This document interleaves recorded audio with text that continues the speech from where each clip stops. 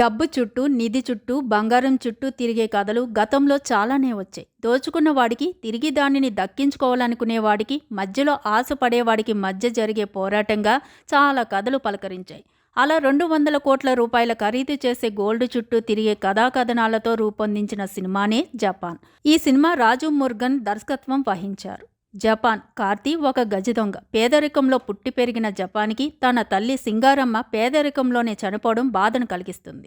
తాను కూడా అదే పేదరికంలో చనిపోకూడదనే ఉద్దేశంతో అతను దొంగతనాలకు పాల్పడుతూ ఉంటాడు. ఈ క్రమంలో హైదరాబాద్లోని ఒక ప్రైవేట్ బ్యాంకు నుంచి 200 కోట్ల రూపాయలు ఖరీదు చేసే బంగారం దొంగలించబడుతుంది. అంత పెద్ద దొంగతనాన్ని జపాన్ మాత్రమే చేయగలడని పోలీస్ డిపార్ట్మెంట్ భావిస్తుంది.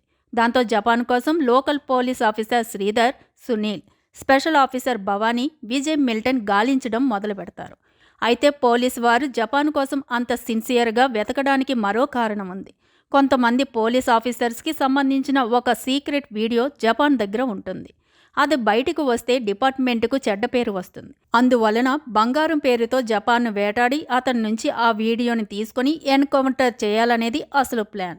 ఇక జపాన్ విషయానికి వస్తే అక్కడక్కడ కొట్టేసిన ధనంతో అతను చాలా సుఖవంతమైన జీవితాన్ని అనుభవిస్తూ ఉంటాడు. అతను దాచేసిన ధనం ఎక్కడ ఉందనేది అతని అనుచరులకు కూడా తెలియదు. తాను కొట్టేసిన డబ్బుతో తానే హీరోగా సినిమాలు తీయాలని, హీరోయిన్ సంజనను పెళ్లి చేసుకోవాలని అతను భావిస్తూ ఉంటాడు. అదే సమయంలో అతనికి ఎయిడ్స్ సోకిందనే విషయం బయటపడుతుంది. దాంతో జపాన్ ఇక ఎక్కువ కాలం బ్రతకడని భావించిన ప్రధానమైన అనుచరులు అతనిని దొంగదెబ్బ తీయడానికి సిద్ధమవుతారు.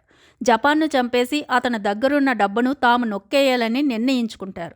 ఇలా పోలీసు వారితో పాటు తన ముఠాలోని సభ్యుల నుంచే తనకి ప్రమాదం పొంచి ఉందని భావించిన జపాన్ ఏం చేస్తాడు? అతనే ఆ బంగారాన్ని కాజేశాడా? సంజనతో అతని వివాహం జరుగుతుందా అనే మలుపులతో ఈ కథ నడుస్తుంది. ఈ సినిమాలో కార్తీ పాత్ర పేరు ముని, కానీ తల్లి అతన్ని జపాన్ అని పిలిచేది. అందుకు చెప్పిన రీజన్ కూడా చాలా సిల్లీగా అనిపిస్తుంది. అంతేకాదు, ఈ టైటిల్ ఈ సినిమాకి మైనస్ అయ్యిందని కూడా అనుకోవాలి. 200 కోట్ల రూపాయలను బ్యాంకు నుంచి కొల్లగొట్టడంతో ఈ కథ మొదలవుతుంది. ఇక అక్కడ నుంచి ఒక రేంజ్లో కథ పరిగెడుతుందని ఆడియన్స్ అనుకుంటారు. కానీ అలాంటిదేమీ జరగదు. ఫస్ట్ హాఫ్ విషయంలో అసంతృప్తిగా ఉన్న ప్రేక్షకులు సెకండ్ హాఫ్ చూశాక ఫస్ట్ హాఫ్ చాలా బెటర్ అనుకునే పరిస్థితి ఉంటుంది. ఇక అను ఇమ్మాన్యుయేల్కి హాట్ బ్యూటీ అనే పేరు ఉంది. ఆమెను హీరో ఎప్పుడు కలుసుకుంటాడా, ఆమెతో కలిసి ఏ రేంజ్లో రొమాన్స్ చేస్తాడా అని మాస్ ఆడియన్స్ ఆసక్తికరంగా ఎదురు చూస్తూ ఉంటారు. అయితే అంతలోనే హీరోకు ఎయిడ్స్ అని చెప్పి అతని చేతిలో రిపోర్ట్స్ పెడతారు డాక్టర్. దాంతో ఆడియన్స్ ఉసూరుమంటారు. హీరోకి ఎయిడ్స్ పెట్టడం వలన కథకి ఏం ఒరిగిందనేది దర్శకుడికే తెలియాలి. ఒకవేళ క్లైమాక్స్లో హీరో తీసుకునే నిర్ణయానికి ఇదే కారణం అనుకుందామంటే అది కూడా ఆడియన్స్కి నిరాశను కలిగించేదే. కార్తీ, సునీల్ యాక్టింగ్, వాళ్ళ లుక్స్, డైలాగ్ డెలివరీ ఈ సినిమాకి హైలైట్. ఇక మిగతా పాత్రలను గురించి మాట్లాడుకోలేం, ఎందుకంటే అవన్నీ నామమాత్రంగా వచ్చి వెళ్తూ ఉంటాయి. సాంకేతిక పరంగా చూసుకుంటే జీవి ప్రకాష్ కుమార్ సంగీతం, Ravi Varman photography, Philomena Raj editing పర్వాలేదనిపిస్తుంది. ఈ సినిమాలో హీరోను ఎదుర్కొనే బలమైన విలన్ కనిపించడు.